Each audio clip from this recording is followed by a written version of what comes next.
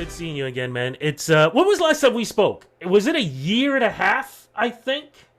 Yeah, I'm not sure if it was like quite a year, maybe like a year. Yeah. I think like a good year, something like that. But yeah, it's been some time, and it's been a very interesting time. So yeah, lots to talk about. I don't even know what to say. It's a very interesting time. Okay. Well, look.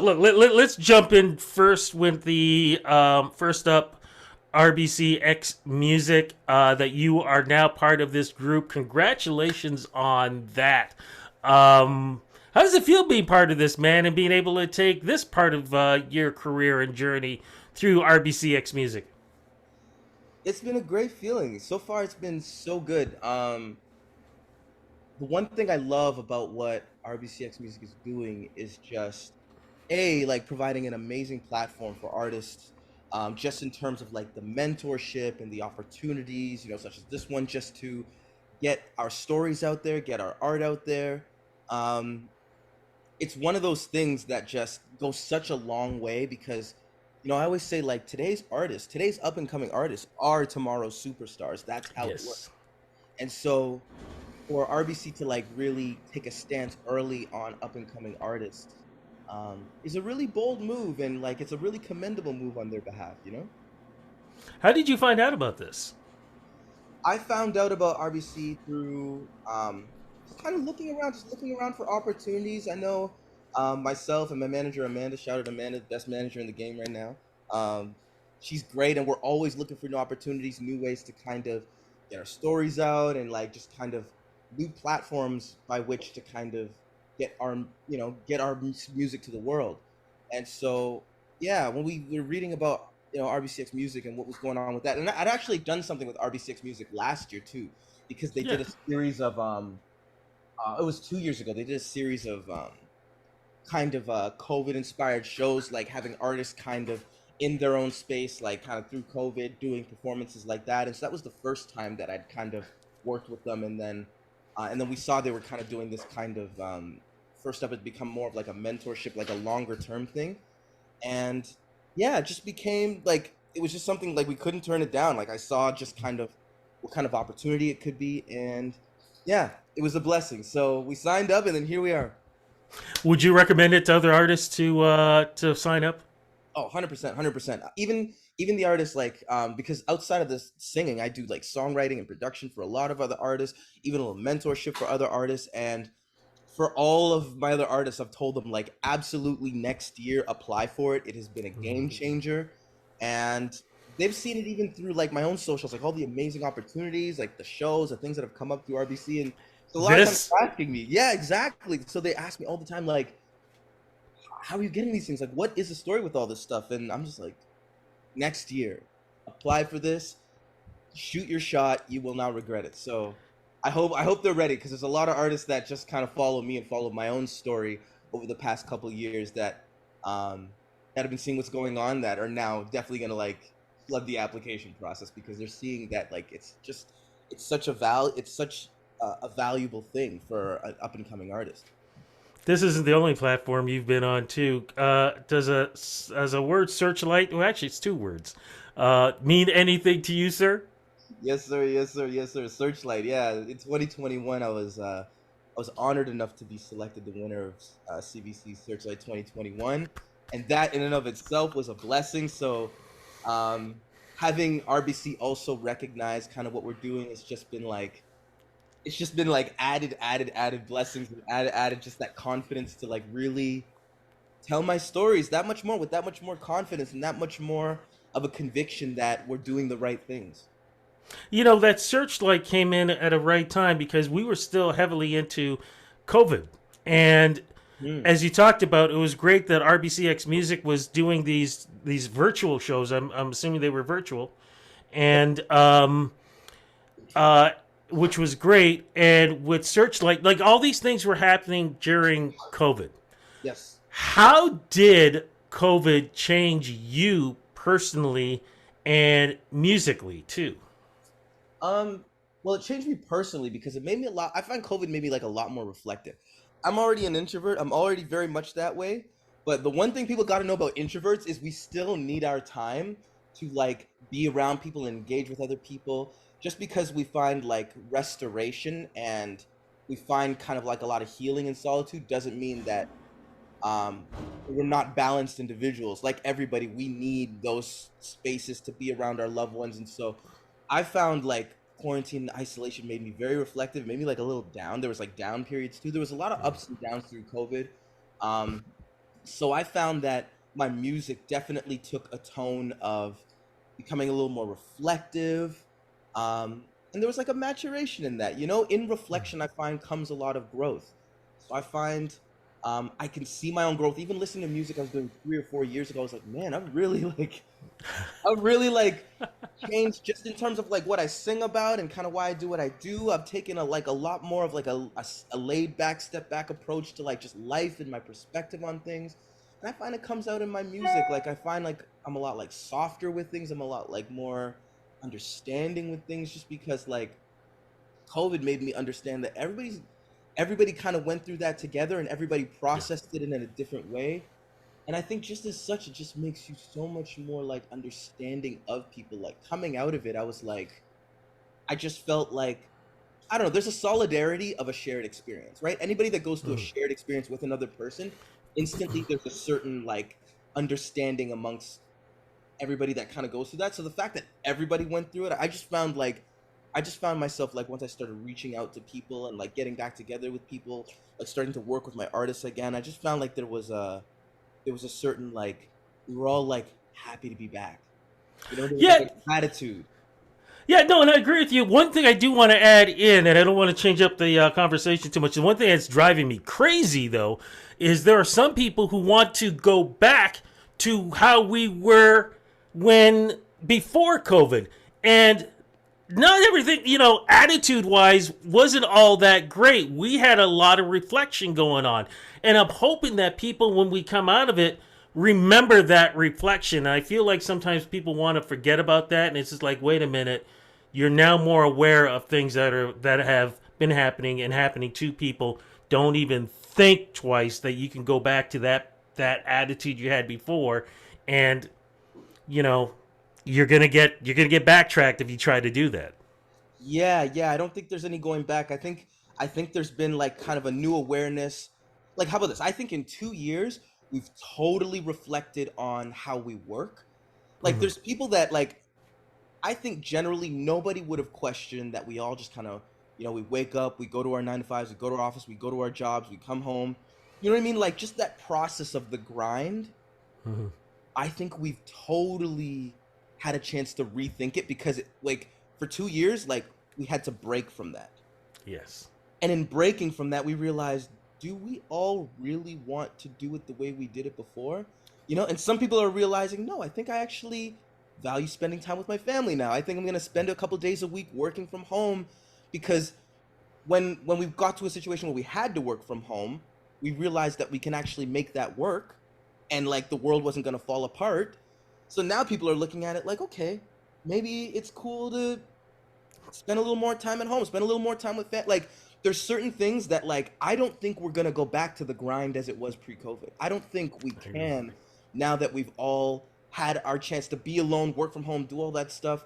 You can't just like come back to that and be okay, back to the grind, like as if we learned nothing. Nah, it doesn't work that way. I think, So agree with you what you just said. yeah, yeah, yeah. We have to like like, and I think everybody takes mental health a lot more seriously. Everybody takes community a lot more seriously. Everybody takes like the work life balance a lot more serious. Like there's things that just it makes you wonder like we were like without question going the way we were going. So in some ways like COVID was kind of a blessing, man, because it taught Yeah. us no, the world's not going to stop rotating if we all decide to like spend a day or two working from home or spend a little more time with our families or like have mental health days and like you realize, oh, the world's not going to stop turning. Like look after yourself. You know what I mean? And I think Yeah. self-care, like there's elements of self-care that I think there's just ways we're not going to go back to. And I'm sure there's an element of I'm sure there's, an element of, there's some boss out there that wants all of his employees back in the office and this and that, but I think generally people just get it. I think it's time to strike a balance and I think we've shown that you know, just societally, we've shown that we want the balance, that the balance doesn't mean the end, like that, you know, things don't work anymore. I think now people just are starting to, it's just self-care. Look after themselves and take care of themselves and understand that that's also important, that this grind maybe wasn't as healthy as we thought, or wasn't as sustainable as we thought. I absolutely agree with you. Musically, though, for you in creating music, recording music, did that change because of the pandemic? Because now we've come to realize we don't have to fly. If we don't have to, we don't need to fly out to Nashville to work with a certain producer. Now we can do what we've done here, and there are apps and other units where we can literally send the tracks to. And I don't know how many artists I've spoken to who have all said that their closets are now their sound rooms and things like that. Yeah, absolutely. I mean, fortunately enough, I actually like really came up as like a bedroom musician. You know, I got my studio set up right in the corner of my room as always. It's always been that way for me, but I know so many artists that, oh, my cat is going nuts. Yo, low key, he's been having the zoomies all morning. And like I've been in the interview and watching him go nuts, like he's been doing laps. And I'm like, I love that. and part of me is like, should I just? He's 6 months old and he's a terrorist. Like I love it. this guy is literally Al Qaeda. He's nuts. He's just crazy. So yeah, look, he's like puckered himself out. Okay, can you relax, please? His name is Quincy, and he's literally a demon right now. So I think he's relaxed. I hope he does it again. That was the best. You just made my day, man. I'm sorry, man. Continue as you were saying that, you know, a lot of artists have, because you are, you know, your bedroom, you've set it up in a corner for, you know, your own recording. Yeah, 100%. Like I'm at home. You know what I mean? When I'm working, I'm at home creating my music. I'm at home when I'm working. I'm at home when I'm doing my thing. So it's always kind of been like that with me, but there's so many artists that used to be like, oh, we got to go to a big studio, this and that like now are understanding like, hey, I'm gonna go like buy a little microphone, buy a little setup, and like start learning to do this myself because they've learned that sometimes solitude is your best friend when it comes to creating Yeah. art, and that it can be a helpful tool. I know for me, the thing that has changed for me is the way I look at the grind. I always admittedly had a semi unhealthy relationship with my grind. I mean, it's the reason that I wrote the song down, right? That one CBC Searchlight. I had a very grindy. If I'm not grinding, I'm like blaming myself and I'm like, yeah, Yep. you should be working harder. Somebody out there's working harder than you, better like get off your butt. And like, you know, I was very much that guy, like, and it pushed me to like, I think it pushed me to a certain greatness, but it also kind of made me depressed. Like it also like made me, because it's like you have to find a balance. And so I think what COVID really did for me is it made me stop. There was like a Yeah. 3 4 month period last year and this year where I just didn't create. I just didn't write. I didn't, and I just found other ways, you know. And this year I was lucky enough. Like one of the ways I found this year is like I got into photography. Like I picked up a camera, and it was for no other reason that like I went to my therapist at the start of the year and I was like, I'm feeling blocked. I'm feeling dread. I'm feeling like I won Searchlight and I don't know if I could write another song and everything sucks and is horrible. And at the time my therapist was like, yeah, maybe take the pressure off of feeling like you need to come up with the right answer right now. You know what I mean? Take the pressure off of feeling like it all has to happen right away. Like go find something else that like restores your love in some sort of art and then come back to it. And so originally, my album was supposed to come out in the fall, but by January, February, I'd kind of been going through a bit of a block. And so by April or so, um, after I put out Play Safe, I was like, okay, I think I actually just need to step away for a little bit. So yeah, I like went and I picked up like a film camera and I started just going for walks and taking pictures. So over the past 6 months, you can actually just like my Instagram account rings more like a photography page than it does like an artist page because I was like, I'm just gonna stop doing music for a couple months and go take some pictures. And I did that. I went to go take some pictures and I had a I great love it. time and I'm still doing it and it's so much fun. But what I noticed is like in the past month or two, like the fire's coming back for music, and it's coming back not because I'm like whipping myself like oh go, like it's coming back because it's like I've given it space and I've given it distance and I've given it a moment where I can like reflect and I can look back on it and be like, okay, why was I like why was I pushing myself to an almost unhealthy degree so much? Like, what was I trying to prove to myself? You know what I mean? I know I can write a good. It's apparent at this point that I can make music. Why was I pushing myself? You know what I mean? And I had a moment where I was like, if I'm gonna do this going forward, it's not gonna be from a place of feeling like I've got to make it, I've got to do this, I've got to do that. It's not gonna be for some sense of expectation or some sense that like I'm comparing myself to somebody else's journey where I think I should be. It's got to come from just like everything's got to be a love letter to myself. Um, everything's got to feel like I'm here having the best time. And so I started taking on a different mindset, and then all of a sudden the love started coming back, and like the feeling started coming back to the music, and I was like, this is what I've missed. And so it took me like picking up another hobby and staying away from it for 3-4 months to like find it again for myself. And so now we're back full steam ahead, like doing the finishing touches on the EP, and now we've kind of pushed it back to spring. But in that time, I feel like there's going to be so much more now perspective. There's going to be so much more growth. There's going to be so much more maturation. And I feel like I'm going to deliver like a way better body of work next April than I would have this September. And that feels great. So yeah, like COVID's just made me slow down. The whole process of COVID has just been learning to slow down, and it's been learning to rethink my own reasons for why I felt like I was grind, because grind culture is even in the arts, which is weird. Why is grind culture a part of the arts? Arts is supposed to be about, telling your story and having a message and saying what you feel like you got to say. And all of a sudden it became this like commercialized, like, oh, I got to have a certain amount of streams and followers and all that stuff. Yeah. Like, it's so easy to lose the essence in the TikTok followers and the trends and you got to release a song every month for the Spotify the algorithms, the almighty algorithms. You know what I mean? Like, why am I trying to please the algorithms? I should be trying to like please my people and please myself. And so that's been COVID for me, a journey of just getting back to like my reasons. I love that, man. I love that. And we were talking before we started. You mentioned new single coming. Yes, new single coming. I got a new single, Optional, coming. I think it is October 21st, something like that. We just submitted it, October 21st. So yeah, new single called Optional. Very, very excited about it. It's such a jam. I had a chance to preview the song for a brand new audience when I did the TIFF festival. So I did the TIFF festival. Yeah. So RBC was kind enough to have me on their stage for the TIFF festival this past Sunday, and I had a chance to preview the song for people, and people went crazy. The song went nuts. Like, people were like singing it back, and I was like, okay, this is the right song. So next week we're shooting videos. I'm gonna do another performance of the song this weekend at the Red Path Waterfront Festival. Wow. And it's just, so much good happening with the song. It seems like there's an energy around the song. I feel like I have my fire back with it. You know what I mean? Like, I took a summer just going on walks and taking pictures and reflecting. So I just feel like stars are aligning in like a million different ways.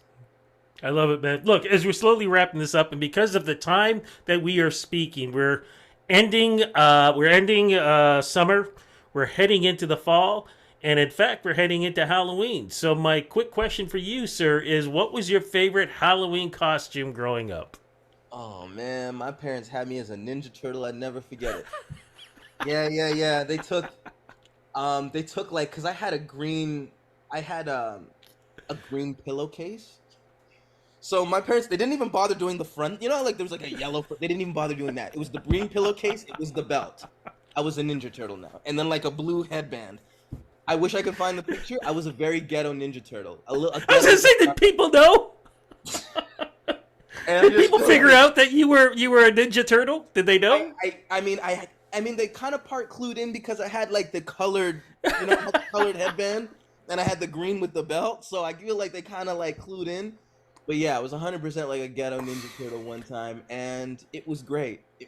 I was just a full on like, pizza, whoa, cowabunga. I was into it. It was my thing. So that was instantly the one that comes to my mind. I was also a clown once, but that just feels like nightmare fuel. It was not good. Yeah, it was like very like the face painting. Like, I look back at those pictures and I'm like, ugh, this is a lot. So that one's more like my nightmares, but then the Ninja Turtle one's cool. I like that one. That was sick. Jive, look, I'm so happy for you with all your success, man. Thank you so much, as always, for these great interviews and your perspective on life. And will not wait to hear the new single. And hopefully, we could talk again, man, when the EP comes out too. And yeah, just everything you're doing, man. Congrats, brother.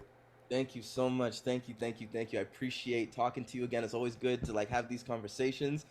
This is like the second one, but it will not be the last. I'm sure we'll have many, many conversations like over the arc of my career where you just get to see the growth and the change, and we just get to like keep rapping back and forth like this. This is great. So I look forward to doing this again.